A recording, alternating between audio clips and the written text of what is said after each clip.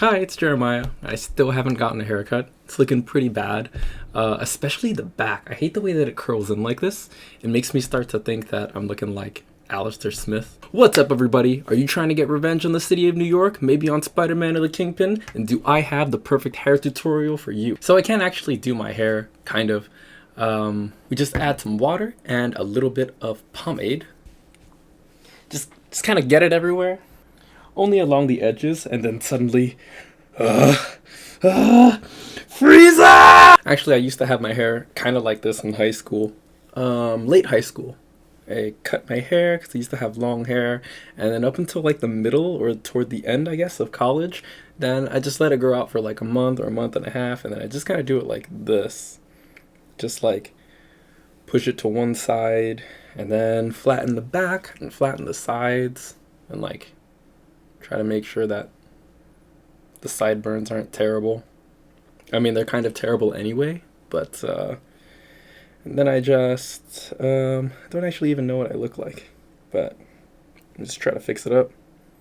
This really did end up being a hair tutorial. Yeah, kind of get something like that. I don't know. I thought it was cool. And voila! I think I look pretty much exactly like I did in early mid-college. It's kind of funny. Kind of feels like I'm traveling back in time. So dumb jokes aside, I wanted to make another update about kind of what's going on in my life, even though not a whole lot has changed, because I was having a conversation with one of my Japanese friends and she was really interested in the goings-on in my life. And I'm studying, I'm taking care of my health and fitness, and I'm playing a lot of music recently. I'll be starting job training soon too, so I'm looking forward to that. Health and fitness has just sort of become a part of my routine now. I'm really used to it, and it's so ingrained that sometimes it doesn't really feel like I'm doing something, even though I am working really hard. I feel like I am anyway. I could always stand to work a little harder, but you know, I'm still going at it. The other thing is music. I've been trying to practice music a lot more, especially guitar. There are just some days that I wake up and then the thing that I'm most excited for in the morning, or I'm looking forward to the whole day, is just playing guitar and then learning something new, learning new chords, or getting better at the chords that I kind of know, just learning a new song, stuff like that. So these past couple, just like a week or something like that, it's just my love for music has been, and learning music has been reinvigorated. One of the things that I mentioned to her was the keyboard, because I had shown in a last video, I think it was like a month ago or something, that I practiced a little bit of that song. What's it called? If the world was ending, you'd come over, right? That one. And that was all I knew, because I really just practiced it for like a couple of minutes for a couple of days. But since then, I've been trying to improve my keyboard skills, and I've been working on pieces that I've always wanted to play. Like, let's see, I gotta look this up. Okay, so one of my favorite games for the Super Nintendo was Chrono Trigger, and one of my favorite pieces from that game is called 600 AD, which happens to be the background or the world music for when you first arrive in 600 AD. And according to the Google, then it was mainly composed by Yasunori Mitsuda, right? Backward if you're not speaking English. With a few tracks done by Nobuo Uematsu, which is the main composer for most of the Final Fantasy games. I didn't know that, I just learned that.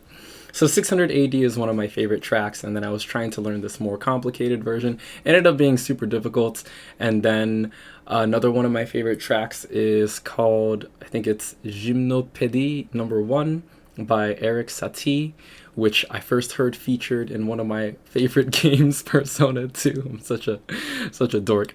But yeah, those are my main motivations for learning those pieces, and it's just kind of something fun.